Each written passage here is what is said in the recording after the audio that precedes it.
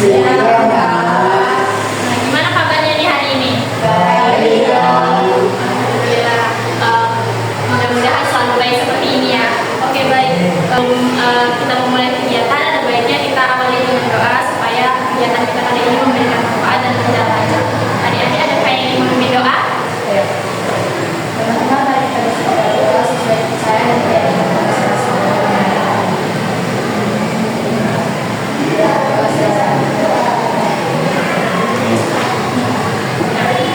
Sebagai wujud cinta tanah air kita boleh mari kita sama-sama menyanyikan lagu Satu Bangsa. Mohon untuk berdiri. Tahu kan lagunya Satu Bangsa? Kak bilang 1, 2, 3, kita mulai ya. 1, 2, 3. Satu nusa, satu bangsa, satu bahasa kita, tanah air pasti jaya untuk selama-lamanya. Indonesia Pusaka, Indonesia tercinta, nusa bangsa dan bahasa kita bela bersama. Berikan adik. Terima kasih karena adik sudah mau bersama-sama menyanyikan lagu Satu Bangsa. Kemudian kakak ingin mengucapkan banyak-banyak terima kasih kepada adik-adik semua karena adik-adik mau meluangkan dan menyempatkan waktunya untuk hadir dalam kegiatan kita pada hari ini. Nah, kemudian kakak sebelumnya mau nanya nih, adik-adik udah ada yang tahu atau udah pernah mengikuti bimbingan kelompok teknik TKCKO ini? Jadi belum ada yang pernah ya? Karena belum, pasti ada bertanya-tanya nih, apa sih sebenarnya kelompok TKCKO ngapain sih gitu kan? Jadi TKCKO sendiri itu adalah pembelajaran karakter cerdas format kelompok. Nah, sedangkan bimbingan kelompok teknik TKCKO itu artinya kegiatan di mana beberapa orang berkumpul dalam satu kelompok kecil kayak kita sekarang ini untuk membahas suatu topik tertentu yang nantinya akan dikaitkan dengan nilai-nilai butir karakter cerdas yang ada di dalam Pancasila gitu. Nah, ini tujuannya untuk mengembangkan pribadi yang sadar akan nilai-nilai karakter cerdas dan bisa mengamalkannya dalam kehidupan sehari-hari seperti itu. Kemudian tujuannya apa sih gitu kan? Jadi tujuannya itu yang pertama supaya adik-adik ini bisa mampu dan berani untuk berpendapat ataupun memberi tanggapannya di depan banyak orang seperti kita ini gitu. Terus karena kita berdinamika kelompok, jadi mungkin kita bisa akrab satu sama lain gitu, dan kemudian kita sama-sama belajar untuk menghargai pendapat orang lain seperti itu. Terus tujuan lainnya mungkin untuk membantu mengembangkan pribadi yang berkarakter cerdas gitu kan, karena kita akan membahas tentang karakter cerdas itu sendiri. Nah, kemudian pelaksanaan TKCKO ini gimana sih gitu kan? Jadi yang pertama itu saya Mahika Regina akan berperan sebagai pemimpin kelompok atau disingkat dengan PK. Nah, di sini teman-teman ini semua adalah anggota kelompok ataupun disingkat dengan AK yang diharapkan bisa berpartisipasi aktif untuk memberikan pendapatnya, gagasannya ataupun perasaannya gitu di dalam kegiatan kelompok BKP kita kali ini. Nah, lalu cara pelaksanaannya yang lain itu jadi gini deh, kalau misalnya teman-teman ada yang ingin memberi pendapat ataupun tanggapan, angkat tangan terlebih dahulu gitu, saya Kak gitu, baru mengumumkan apa yang mau dibicarakan. Terus kalau misalnya salah satu di antara kita nih ada yang sedang berbicara, adik-adik boleh mendengarkan, harus mendengarkan. Lalu kalau misalnya ada yang berbicara itu jangan disela atau jangan dipotong gitu pembicaraannya, siapkan dulu sampai orang itu siap berbicara gitu kan. Nah, lalu nanti topik yang akan kita bahas itu akan kita kaitkan dengan nanti kakak akan bagikan satu-satu buku TKCKO yang buku saku namanya. Nah, di situ nanti kita akan kaitkan bahwa topik yang kita bahas itu melanggar butir yang mana, halaman berapa, sila berapa. Nah, seperti itu.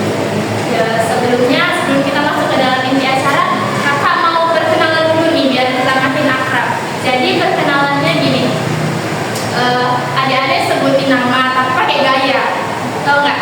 Misalnya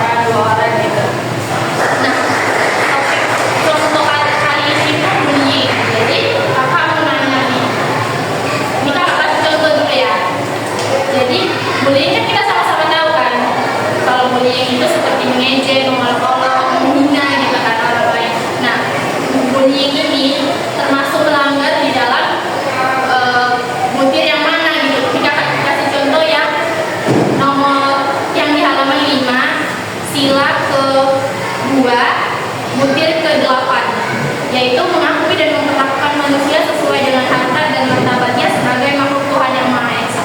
Nah, jadi kan Dek, di sini kan kita disuruh mengakui dan memperlakukan manusia sesuai harkat dan martabatnya. Sedangkan orang yang melakukan bullying itu kan dia nggak menghargai ataupun nggak memperlakukan manusia sesuai dengan harkat dan martabatnya. Harkat itu harga diri, nggak memperlakukan sesuai harga diri manusia gitu kan. Martabat itu kemuliaan, dia kan nggak menghargai gitu kan. Jadi bullying itu melanggar butir yang nomor 8 ini gitu. Nah, kalau kasih contoh yang lain nih, yang nomor 10, mengembangkan sikap saling mencintai sama manusia. Kan kita disuruh mencintai sama manusia gitu kan, tapi bullying ini kan nggak mencerminkan sikap mencintai itu, malah dia seperti membenci gitu kan. Nah, berarti kan itu melanggar butir yang nomor 10 ini gitu kan.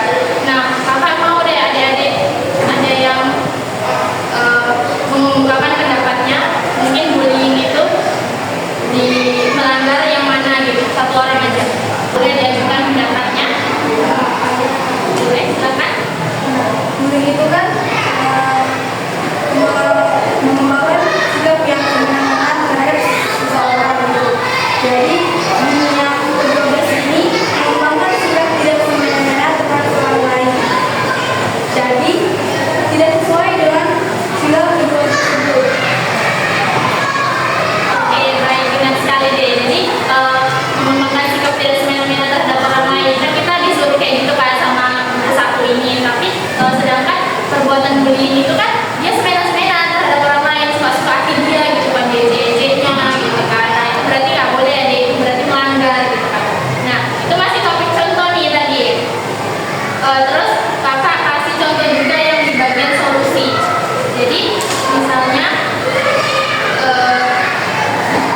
di halaman 13 deh.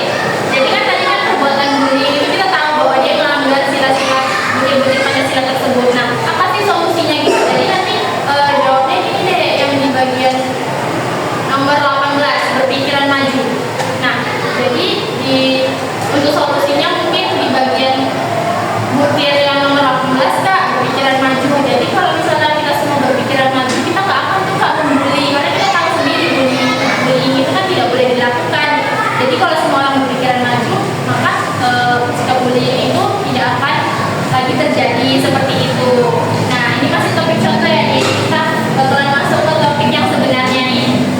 Nah, jadi topik yang sebenarnya itu intoleransi antar agama. Jadi sedikit kita jelaskan, intoleransi itu kan berarti berlawanan dengan toleransi. Kalau toleransi kan dia mau menerima, mau menghargai, menghormati perbedaan agama di antara kita gitu kan. Nah, sedangkan intoleransi ini berarti dia nggak mau menerima perbedaan itu gitu kan. Jadi menurut adik-adik nih, intoleransi antar agama itu melanggar butir Pancasila yang nomor berapa, nomor berapa? Boleh diajukan pendapatnya.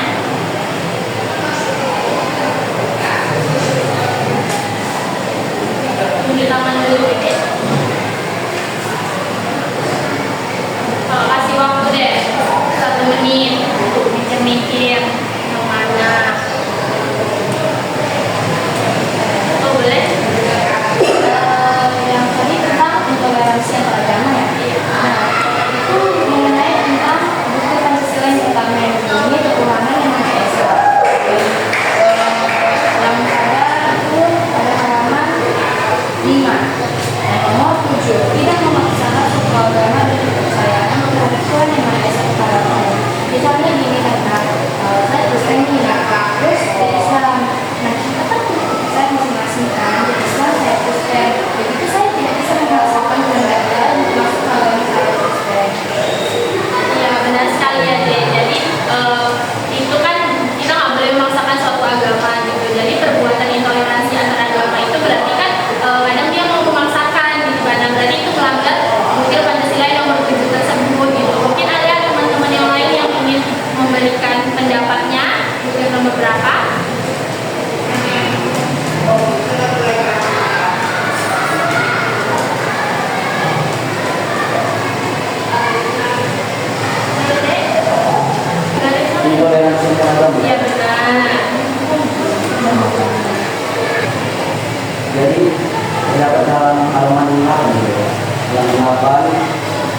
sudah keempat sampai menjadi nomor 26. Jadi intoleransi itu kan merupakan apa yang jadi kepercayaan dia itu enggak dia gitu, ya kan? Jadi kita itu sebagai orang yang berbeda keyakinan dengan dia itu tidak boleh memaksakan apa yang menjadi kehendak dia itu menjadi mengikuti prinsip kita, mindset kita itu nggak boleh. Jadi kita harus membiarkan dia itu berjalan sesuai dengan apa yang dia mau, apa yang dia inginkan itu. Walaupun sebenarnya dia melakukan kita menganggap dia melakukan hal-hal yang salah itu, tapi kita nggak boleh menjudge dia langsung gitu. Malah kita saling menghargai dan respect lah gitu, memberikan pemahaman juga gitu. Benar sekali, bagus sekali ya. Jadi benar bahwa kita tidak boleh memaksakan kehendak pada orang lain. Tapi sedangkan intoleransi antar agama itu kan dia sering memaksakan kehendak gitu kan pada orang lain, termasuk dalam hal agama gitu. Nah berarti itu jelas melanggar butir Pancasila yang nomor 26 tersebut. Nah kemudian mungkin adik-adik ada lagi yang ingin memberikan pendapatnya, boleh tangannya. Oke, silakan. Jadi gini kan,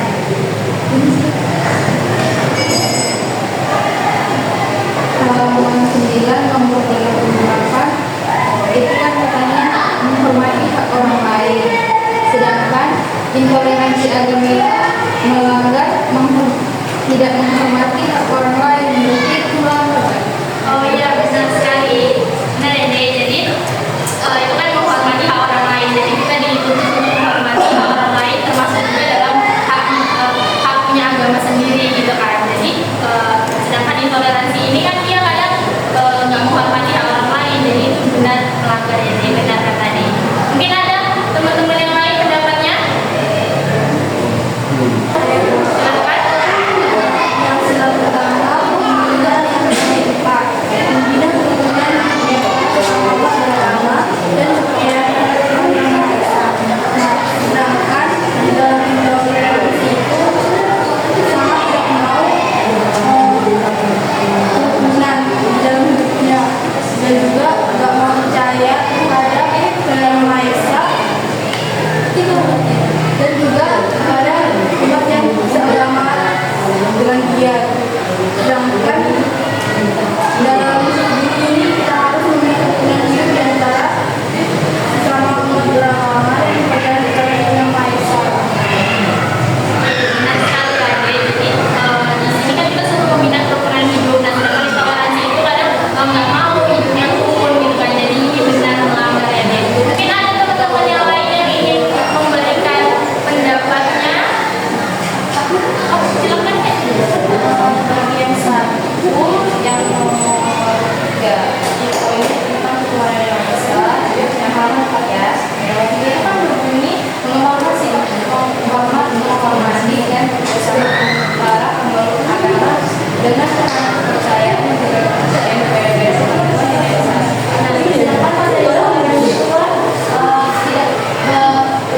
itu tidak adanya sikap saling menghormati, itu malah kayak menghina, membenci gitu kan.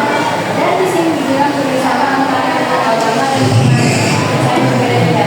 Nah, sedangkan dalam intoleransi itu kan tidak ada bersama, malah saling kayak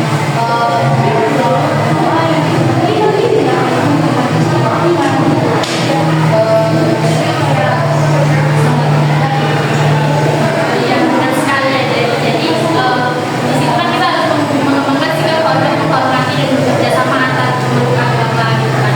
Tapi kan intoleransi ini kadang nggak mau bekerja sama, terus nggak mau menghormati agama orang lain. Dan jadi itu intoleransi itu melanggar butir yang ketiga ini. Mungkin ada teman-teman yang lain yang ingin memberikan tanggapannya, adik-adik.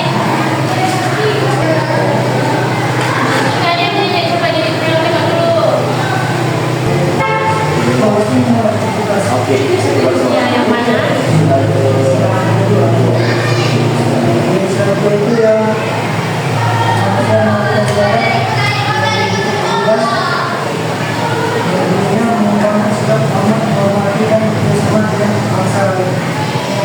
Jadi intoleransi itu tidak ada sikap moral saling menghormati karena bangsa lain dan bersama dengan bangsa lain.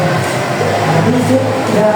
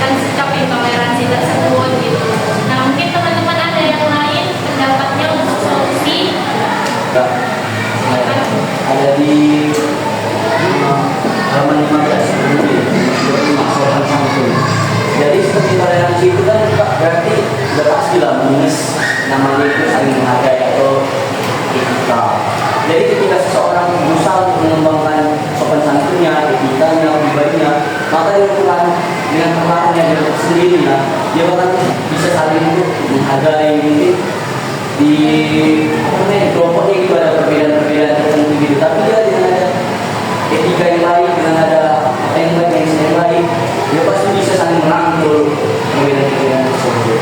Iya, benar sekali. Jadi dengan sikap sopan santun kita bisa meminimalisir intoleransi antar agama itu, gitu ya kan, Dek. Nah, mungkin ada yang lain, teman-teman, solusinya? Silakan. Mau silakan, Dek. Yang nomor 16 itu misalkan masalah dan menemukan solusinya. Sedangkan dalam toleransi itu kan nggak mau menemukan masalah itu, nggak mau menemukan solusinya. Jadi kita harus membuat menyelesaikan masalah itu supaya tidak mengikuti aturan di toleransi itu. Iya, benar sekali, Dek. Jadi kita bisa memecahkan masalah dan menemukan solusi atas perbedaan agama tersebut ataupun jangan melakukan intoleransi antar agama tersebut. Nah, mungkin teman-teman ada yang tambahan lain atau udah pas? Oke, sudah pas ya, Dek. Nah, tadi kan kita udah bahas nih apa aja poin yang dilakukan, terus kita udah kasih solusi juga. Nah, mau deh satu orang lah, kayak pelajaran apa sih yang kalian dapat dari sini? Kayak mungkin kita udah bahas intoleransi antar agama, dia melanggar yang mana-mana aja, terus kita udah kasih solusi juga. Pelajaran baru apa nih yang adik-adik dapat dari kegiatan kita kali ini? Silakan. Tadi intoleransi kira itu intoleransi itu kayak mau bertoleransi gitu, ternyata itu melanggar kan. Jadi itu menambah ilmu saya sih, menambah ilmu saya tentang intoleransi gitu. Ya ternyata nggak sama toleransi. Iya, benar sekali ya, Dek. Bagus. Mungkin ada yang lain? Pengen apa sih yang kalian pelajari dari kegiatan kita kali ini gitu? Hal-hal baru apa? Silakan. Jadi pelajaran yang dapat saya ambil pada hari ini tuh, kalau kita itu harus saling merangkul, untuk saling menghargai, jadi menghargai perbedaan-perbedaan agama. Karena walaupun kita berbeda-berbeda, tapi itu berada dalam satu tanah air gitu Pak. Jadi dengan adanya keberagaman itu, maka kita namanya itu keberagaman Indonesia yang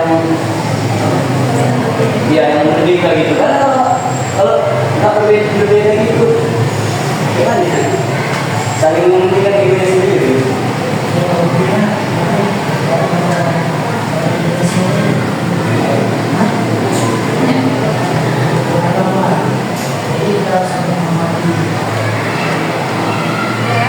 Oh iya, benar sekali. Terima kasih boleh tepuk tangan.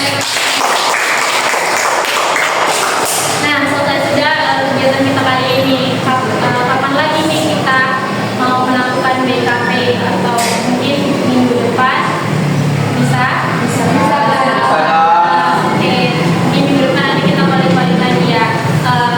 Untuk sebelumnya terima kasih banyak adik-adik karena sudah mau bersamai sampai akhir kegiatan kita kali ini. Karena tadi kita sudah membukanya dengan doa, kita akan menutupnya dengan doa pula. Boleh adik-adik yang ingin memimpin doa untuk penutupnya?